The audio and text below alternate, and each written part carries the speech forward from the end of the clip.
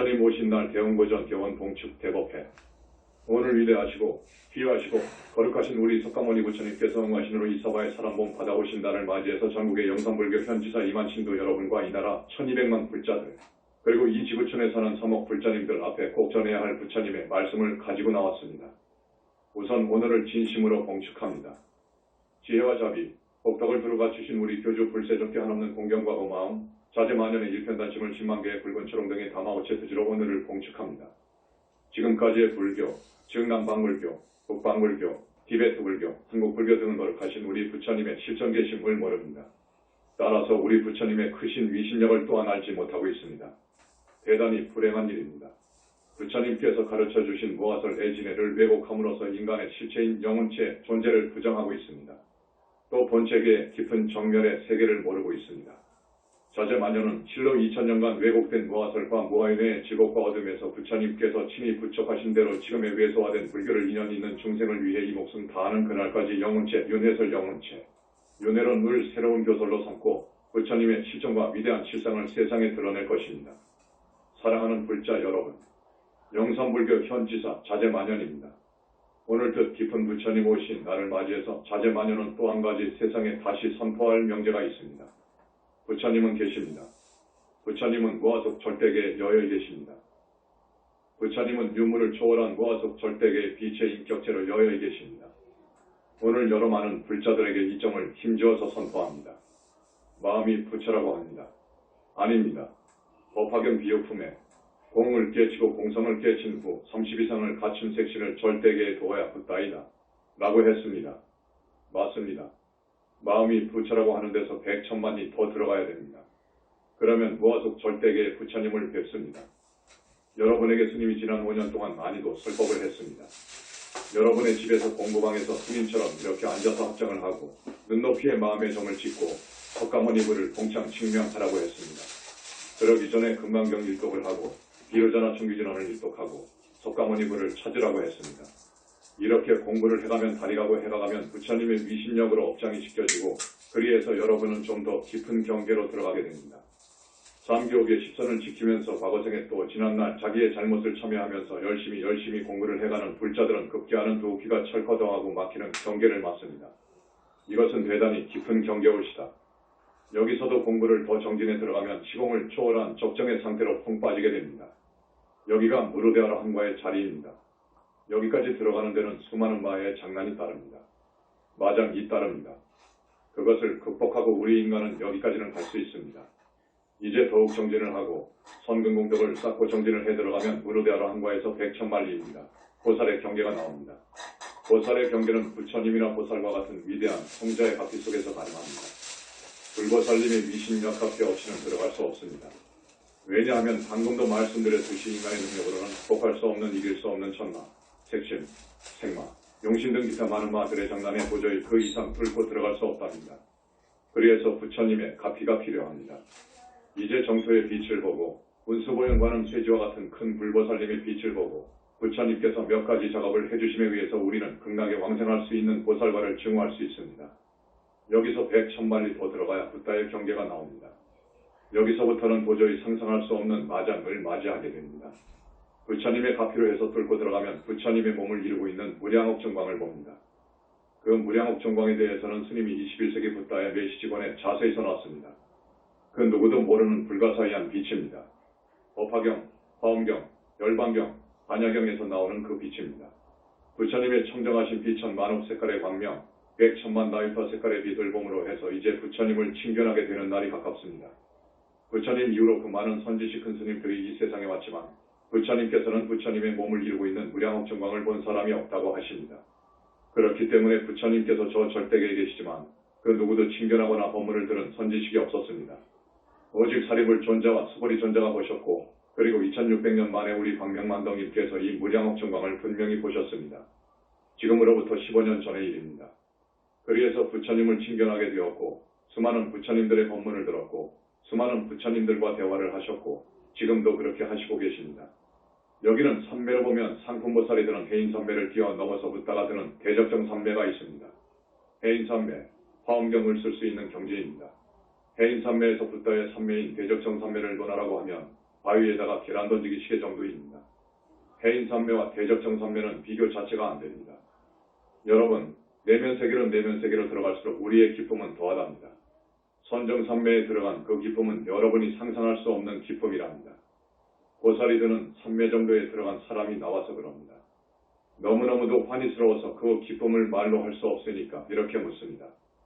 사람들이 세상을 살면서 정말로 내가 행복하다, 정말로 나는 행복하다고 할 때의 기분과 어떠하냐고 물어보면 그것은 비교가 안 된다고 대답합니다. 비교가 안 됩니다. 그런데 부처님께서는 붓다가 드는 대적정산매는 그것의 100천만 배입니다. 인간이 경험할 수 있는 최고의 쾌락, 기쁨, 환희의 100배에다가 지수 7이라고 합니다. 100의 7승 107. 그러므로 붓다가 드는 산매는 여러분이 헤아릴 수가 없고 상상할 수가 없죠. 이게 불교입니다. 이러한 대적정산매에 드는 분이 2600년 이후로 몇 사람 없었다는 것입니다. 그래서 나는 고등학교를 졸업하고 대학 시절 때 이 종교에 관심이 있어서 깊이도 공부를 했는데 그때 내 생각은 이랬습니다. 우리나라에서 출세했던 신라시대의 원효스님, 위상스님, 고려 당시의 보조스님, 이조 당시의 서산스님, 최근의 성철스님, 그 다음 일본으로 가서 법화경을 너무도 깊이 연구하셨고 1년종에서는 부처님과 같이 보는 1년스님, 이치렌 조동종에서의 도겐, 중국의 달마 해능 마조 법장 현수 청량진관, 태국의 아찬원, 요즘 프랑스에서 수행 중인 베트남 출생의 팅나탄, 티베트의 파드마 성바바 밀라레파 지금의 달라이라마, 인도 쪽으로 가서 자기의 나라에는 100에서 200명에 달하는 세계의 그 어느 성자가 따라갈 수 없는 성자를 배출했다고 자랑합니다. 밀교 쪽에서는 84명의 구료를 들고 있습니다. 우리 인류문화사, 우리가 학교에서 배운 예수님, 공자님, 소크라테스 마음에 든 오자. 이런 분들 외에 우리 인류가 낳은 수많은 무명의 성자들이 왔다가 갔습니다. 그런 분들은 붓다가 되었겠지. 불과를 징한 훌륭한 어른들이겠지 이렇게 생각을 했습니다. 그런데 내가 불과를 잃은 후에 보니까 아닙니다. 그들은 저 무아속 절대계에 자기의 32성을 갖춘 빛의 인격체인 보신 부처님을 두고 있지 않습니다. 그리해서 이것은 붓다가 되느냐의 여부를 가리는 절대적인 잣대입니다. 여러분, 우리 석가모니 부처님은 붓다 중에 붓다올시다. 말로 할 수 없는 나이프하고도 아승직업 전에 처음으로 불과를 이루신 어른입니다.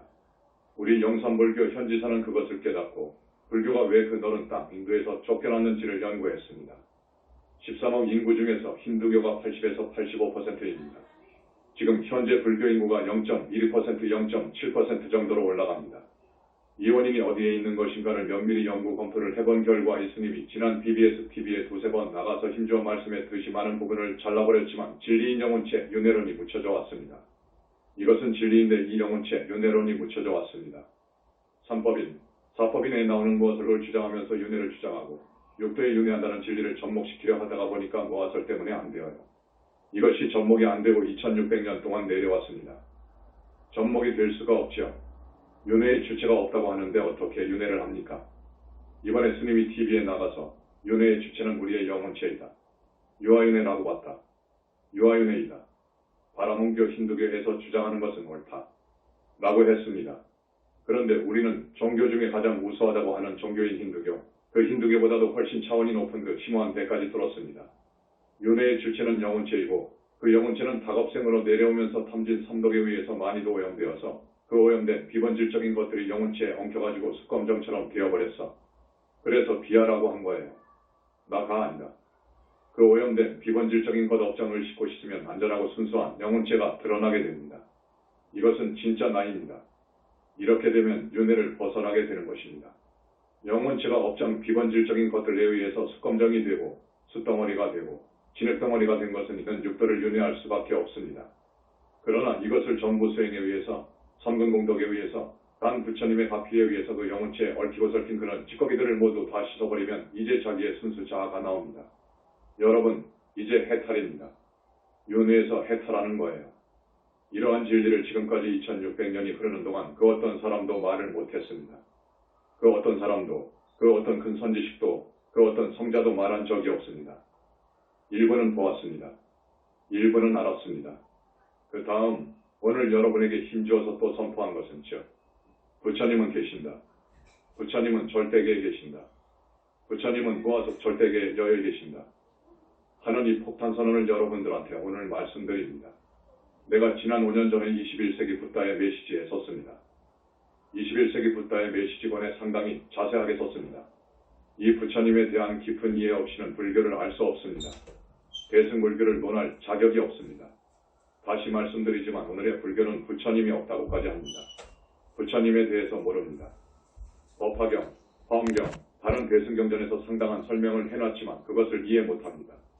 문학적인 픽션이라고 합니다. 지옥도 있고 극락도 있고 불보살님들도 계시고 우주고원들도 있고 하늘도 있고 아기세계도 있는데 지금의 불교는 이것을 모릅니다. 이래가지고는 중생제도를 할 수 없습니다. 부처님의 존재를 부인하고 육도를 부인하고 마음속에서 인간 내부에서 찾는 그런 불교는 21세기 인류를 향도할 수 없습니다. 불교 경전을 볼 수 없고 이해할 수 없습니다. 여러분, 이제 자제만연의 법문을 듣고 이번에 출간한 영혼체 윤회론 의책자를 구입해보시고 우리 영성불교에서 내놓은 그동안의 책자가 10권, 20권이 됩니다. 이것을 구입해보시면 모든 경전을 볼 수 있습니다. 이해할 수 없었던 우리 무충한 불교, 어렵기만 한 그 불교가 이제 선명하게 이해가 될 것입니다. 다음 법문을 들어가기 전에 오늘 여러분을 위해서 그 거룩하신 우리 부처님의 칙명의 물을 30초간 하겠습니다. 모두 합장하시고 따라해 주십시오. 나무 영산불멸 학수상전 시아본사 원실성 석가모니불 천상천하무여불 지방세계 영무비 세간소유 아진견 일체무여불자 고아의 심기명정내 부처님께서는 아주 오래전에 불과를 증하시고 보니까 중생들이 너무너무도 불쌍합니다. 육도를 윤회하는 그 고통에 쇠사슬에서 도저히 나오지를 못합니다. 그리해서 우리 부처님이나 불과를 이룬 대성자들은 화두가 어떻게 하면 저 불쌍한 윤회 중생을 건질까 하는 것입니다. 사람이 죽어서 절반은 중음계에 떨어집니다. 절반 정도는 명부를 들어갑니다. 이것도 진실 사실입니다. 명부에 들어간 사람들의 절대 다수가 지옥을 가게 됩니다. 이것을 본 부처님께서는 그 최고의 진락을 누리시는 무아속 절대계에 그대로 있을 수가 없습니다. 그래서 가끔 이 사바세계에 몸 받아오십니다. 몸 받아오실 때에는 많은 고통이 따릅니다. 이것을 각오합니다. 우리 부처님을 두고 말씀드리겠습니다. 우리 부처님은 말로 표현할 수 없는 위대한 어른이다라고 하는데 구체적으로 말씀드리겠습니다. 2600년 전 인도 땅, 지금의 네팔 북땅입니다. 카빌라국의 조그마한 나라의 왕자로 오셨습니다. 여러분들도 다 알고 계시죠? 외동아들인 왕자로 오셨습니다. 그러면 아버지 정반왕의 왕권을 자연히 승계하게 됩니다. 그런데 우리 부처님께서 사바에 오신 소원이 있습니다. 많은 중생을 건진다 하는 소원이 있습니다. 이 소원이 너무도 절실합니다. 사람 몸을 받아온 후에도 그 생각이 항상 잠재의식 속에서 가끔 불쑥불쑥 일어납니다. 이 많은 사람들을 구원 구제하려면 내가 일단 붓다가 되어야겠다 해서 29살 때 출가를 합니다. 여러분 아시죠? 6년 동안을 여러분이 상상할 수 없는 고생, 고행, 각고의 수행을 해왔습니다. 2600년 전의 히말라야 산을 상상해 보십시오. 지금은 모두 개발이 되고 교통이 발달했지만 그 당시는 자연 그대로였을 겁니다. 2600년 전입니다. 히말라야 산은 정글 밀림입니다.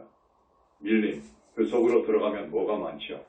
녹사, 포브라, 전갈, 맹수. 그 밀림 속으로 들어가서 6년을 보행합니다. 당신은 왕의 자리를 자연히 승계받을 수 있었지만 그것을 헌신짝처럼 내던지고 사문외길을 선택했습니다. 사문외길은 4가지 원칙이 있습니다.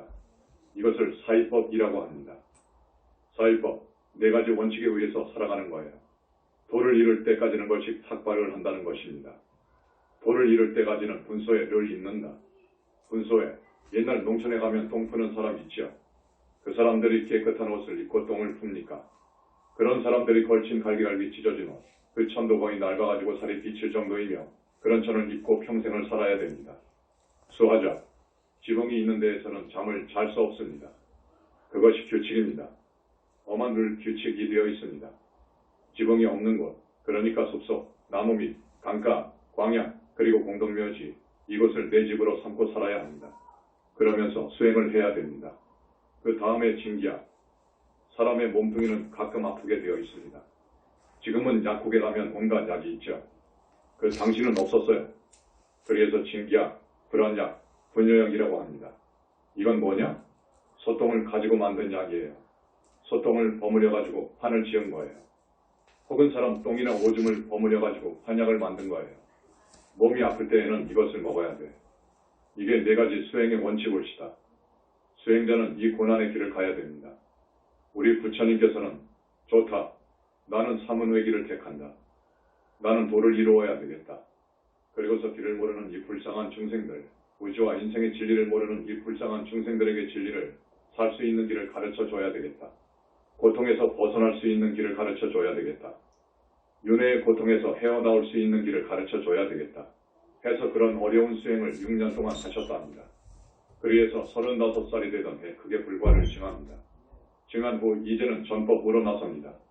중생을 위해서 법을 전하는 전도 전법의 길을 떠납니다. 45년 동안 마지막 살아상소하에서 반열반에 드실 때 임종하실 때까지 중생을 제도합니다. 그날 밤을 넘기면 이제 반열반하게 되었습니다. 그때 103살이 된 수바타라고 하는 수행자가 부처님을 뵙기 위해서 찾아왔습니다. 부처님의 명성을 듣고 찾아온 거예요. 그런데 안한존자가 지금은 부처님을 면담할 수 없다고 했습니다. 그러니까 그 사람은 뵙고만 갔으면 좋겠습니다. 그게 제 소원입니다 하고 청을 간절히 하기 때문에 부처님께서 그 소리를 들으시고 안하나 그 수바타를 나에게 안내하고 그의 청을 들어주도록 해라 고 하십니다. 수바타가 부처님 앞에 가서 선배를 하고 자기는 도를 얻기가 소원인데 100살이 될 때까지 수행이 안 되어서 이렇게 도를 이루지 못했습니다 하는 말을 합니다. 부처님께서는 그 수바타에게 마지막 설법을 하셨습니다. 그 수바타는 부처님의 크신 위심력으로 아라한과를 증했습니다. 그때는 아라한과는 아니었습니다. 아라한과는 아니었는데 어쨌든 견성을 했습니다. 그래서 몇 시간 더 정진해서 곧 아라한과를 얻었다고 합니다. 그러면서 우리 부처님보다도 몇 시간 전에 그냥 이 몸을 벗어버리고 갔습니다. 우리 부처님께서는 오직 중생을 건지는 일, 이게 화두입니다. 얼마나 자비하시고 얼마나 대자대비하십니까? 이제 시간이 별로 없으니까 간략히 짚고 넘어가겠습니다. 1000명 정도의 제자들을 데리고 우리 부처님께서 6년 동안 고행하셨던 산 가야산이라고 하는 산입니다. 그 가야산 산정에 오르십니다. 그들에게 저 멀리 떨어져 있는 시가지를 보시면서 말씀을 하십니다. 유명한 산상의 설법을 하십니다. 500년 후에 인물 예수가 산상설교를 했다고 하지요. 가시아파 가서 사명제 우르빌라 가서 낮에 가서 가야 가서 외삼 형제 본래 외도 애물이었으나 성도 한석가모니 부처님의 가르침을 받고 그 제자가 되었다와 그들을 추종하는 외도 1000여 명의 대중을 이끌고 가야산 산정에서 모든 것은 불타고 있다 하는 법문을 하십니다. 여러분이 조금 알아듣기 쉽게 부연 설명을 하겠습니다. 비구들아, 사람들의 눈이 불타고 있고 또 눈의 대상도 불타고 있느니라. 이렇게 쭉 나갑니다. 번뇌의 불꽃이 모든 것을 불태우고 있는 것이다. 모든 사람과 세계의 모습을 비유로 말씀을 하시는 겁니다. 이렇게 보는 저는 등이 모든 것에 염호, 싫어하다 하는 마음이 생기고죠. 눈에 있어서 눈을 염호하고 귀에 있어서 귀를 염호하고 자, 마음에 있어서 마음을 염호하고 일체 염호하는 마음이 있으면 곧 탐내는 마음에서 벗어날 수 있단다. 탐내는 마음에서 벗어날 수 있으면 곧 해탈을 얻을 수 있단다 하는 산상설법을 하십니다. 그리해서 많은 대중들이 이 자리에서 아라한과를 얻습니다. 이것이 그 유명한 모든 것은 불타고 있다 고 하는 가야산 산정에서 설법하는 본격입니다. 우리 불교는 탐진 삼독을 대단히 주목합니다. 욕심 지나친 욕심, 성내는 마음, 어리석은 마음, 탐진 삼독을 비롯해서 모든 번뇌에서 벗어날 것을 요구합니다. 모든 번뇌의 뿌리인 탐진치, 이놈의 뿌리를 뽑아야 된다는 것이 우리 불교의 종지올시다. 다른 종교는 안 그럽니다. 우리 종교는 탐진치를 벗어하는데 뿌리 뽑는데 수행의 목표가 되어 있습니다. 그리해서 사성제와 팔정도를 통하지 않는 저 외도의 인물들, 교주 내지 그 지도작업들, 그 모두는 아라한 성과를 정통 아라한 성과가 아니라고 합니다. 그 모두는 아라한 성과에 해당된다고 하지만 면밀히 보면 정통 아라한 성과의 범주에 들지 않는다고 합니다.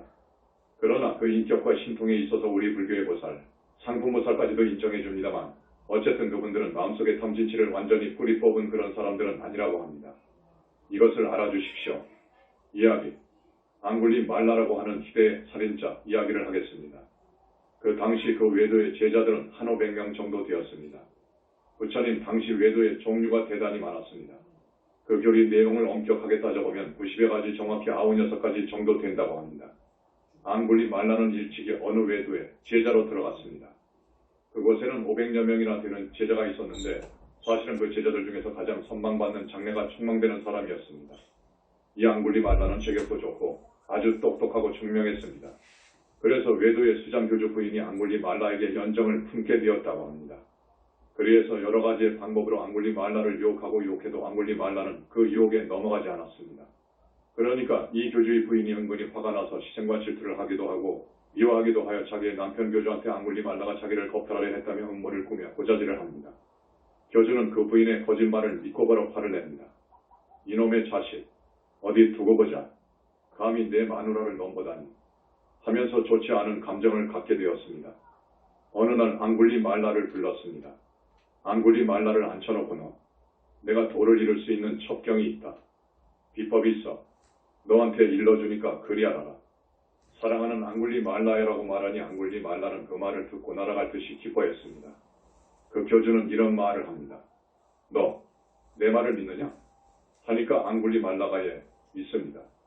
내 말대로 하면 너는 돌을 얻는다고 하니까 앙굴리 말라가 그러합니까 하고 무릎을 꿇고 부벅합니다.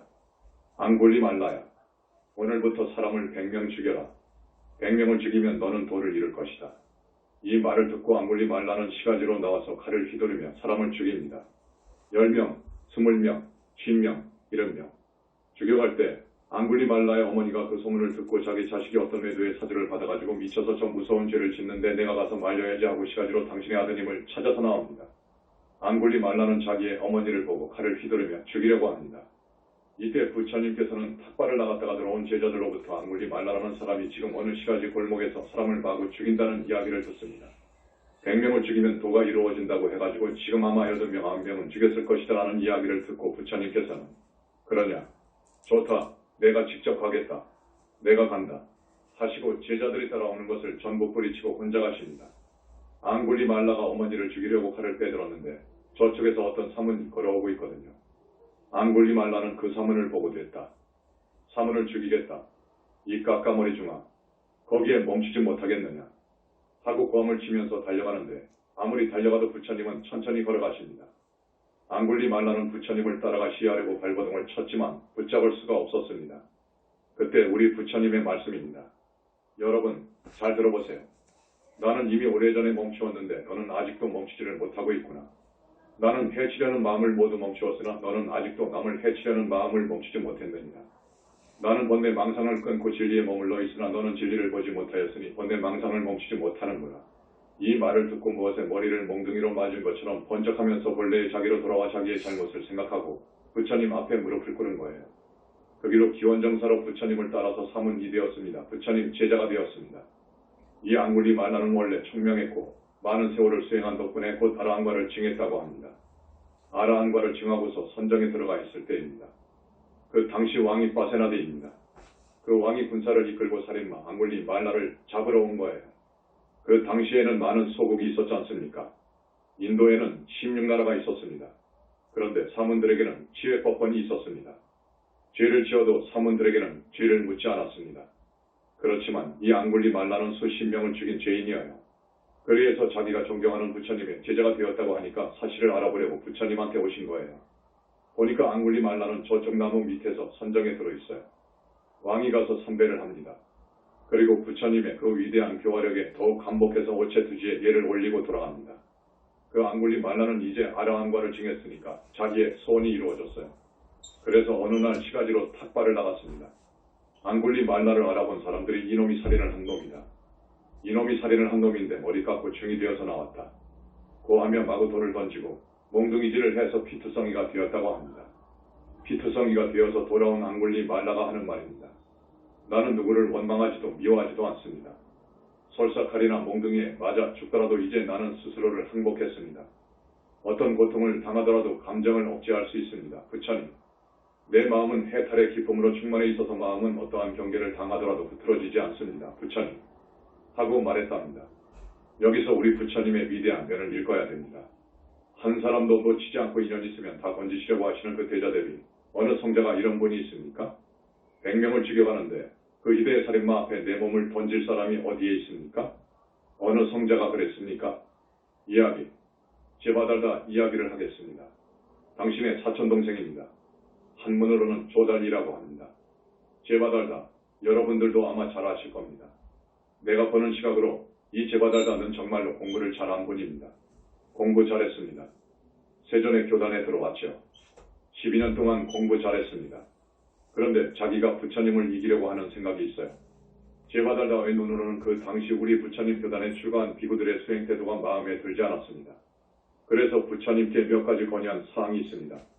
그런데 부처님께서는 6년 동안 수행을 하실 때 온갖 외도의 교단에 들어가서 수행을 한 적이 있었습니다. 그 중에서 고행을 하는 교단에 들어가서도 수행을 한 적이 있습니다. 그런데 당신이 불과를 증한 후 보니까 고행은 바람직하지 않다고 생각했습니다. 또한 안락하게 수행하는 것도 아니라고 했어요. 그래서 중도행을 선언하지 않습니까? 중도행으로 수행하도록 비구들에게 타이른 것이 제바달다에게는 불만이었습니다. 제바달다는 수행자는 마땅히 지금의 다른 외도들의 성은처럼 고행간행을 해야 됩니다. 그래야 도를 이룰 수 있는 것이지 중도행 가지고는 안 된다는 거예요. 그래서 부처님께 건의한 것이었어요. 그러나 부처님께서는 제바달다의 건의사항을 받아들이지 않았습니다. 그러니까 제바달다가 뛰쳐나간 거예요. 뛰쳐나가가지고 급기야는 당시에 아사세 왕과 미리 음모를 꾸밉니다. 부처님을 제거합시다. 그리고 나를 세워주시오. 그러면 진짜 정법의 교단이 될 거예요. 라고 했습니다. 아세사왕이 제바달다의 그 말에 그렇게 하라고 천동에서 많은 코끼리들에게 술을 먹여가지고 미치게 만든 거예요. 그래서 부처님께서 다니시는 그 길에 코끼리를 풀어놓습니다. 저쪽에서 부처님께서 오시는데 코끼리에게 술을 잔뜩 먹여 미치게 해가지고 우리 부처님을 덮치라고 한 거예요. 코끼리 떼들이 부처님을 향해서 달려듭니다. 마침 우리 부처님을 시봉하는 여러 제자들의 길을 오다가 이 광경을 봅니다. 이 사람들은 신통이 있어서 하늘로 공중으로 올라가 버렸어요. 우리 부처님께서는 그런 신통이 그 제자들보다도 10배, 100배 이상 있죠. 정면에서 안한존자하고 미친 코끼리 떼를 맞이했습니다. 그때 부처님께서 바른편 손을 듭니다. 바른편 손을 딱 드니까 이 5 손가락에서 무엇이 튕겨나오는데 사자로 봐합니다. 5마리의 아주 용맹스러운 사자로 현신해요. 코끼리들이 그 사자를 보고 부처님의 그 거룩한 자비와 지혜와 태산 같은 그 위압에 눌려가지고 무릎을 꿇은 사건이 있었습니다. 그때 우리 부처님께서 아사세왕한테 설법하신 내용이 팔풍의 설법입니다. 이것은 나중에 말씀드리겠습니다. 제바달다가 1차 시해 모해에 실패를 하고 2차로 부처님을 시하려고 합니다. 활을 잘 쏘는 사람 500명을 모이도록 해서 많은 상금을 약속하고 부처님께서 항상 다니시는 그 길목에 잠복을 시켰습니다. 제바달다는 부처님이 지나가면 활을 쏴버려라. 활시위를 당겨라 하고 명령을 내립니다. 부처님께서 탁발하고 그 길을 따라 돌아오실 무렵 수백 명의 공수 군사들이 부처님을 향해서 활을 쏩니다. 화살 끝은 모두 날카로운 독화살인데 그 독화살이 모두 연꽃으로 변합니다. 이야기. 부처님 당시 가섭 사명제가 있었습니다. 여기에 가섭은 부처님의 10대 제자인 마하 가섭이 아닙니다. 마청이 우르빌라 가섭, 둘째가 나제 가섭, 셋째가 가야 가섭으로 사명제가 있었어요. 화룡을 섬기고 있던 우르빌라 가섭으로부터 그 유명한 화룡, 불령을 항복받고 우리 부처님의 제자가 된 그 우르빌라 가섭은 마하 가섭이 아닙니다. 가섭이라는 이름이 우리 부처님 당시에 5이 있었어요. 심력 가섭도 있었고 또 BC 3세기에는 은광구라는 소승 부파불교가 있었는데 그 은광구의 개조 도 가섭이었습니다. 여기 우르빌라 가섭 사명제가 500명씩 1000명의 제자를 거느리고 있었는데 앞에서 말씀드린 산상의 설법을 하실 때 있었던 분들이 그 제자들입니다. 이 귀한 사건이 있습니다. 이것은 화룡을 항복받은 사건이고 그리고 내란자라 니련선한 강을 잘라가지고 길을 만들어서 유이 저 언덕까지 걸어간 사건입니다. 그래서 1000명의 가섭 사명제 제자들을 전부 받습니다. 1000명 모두 귀해합니다. 유명한 사건입니다. 이런 일을 비롯해서 우리 부처님의 위대한 것은 많습니다.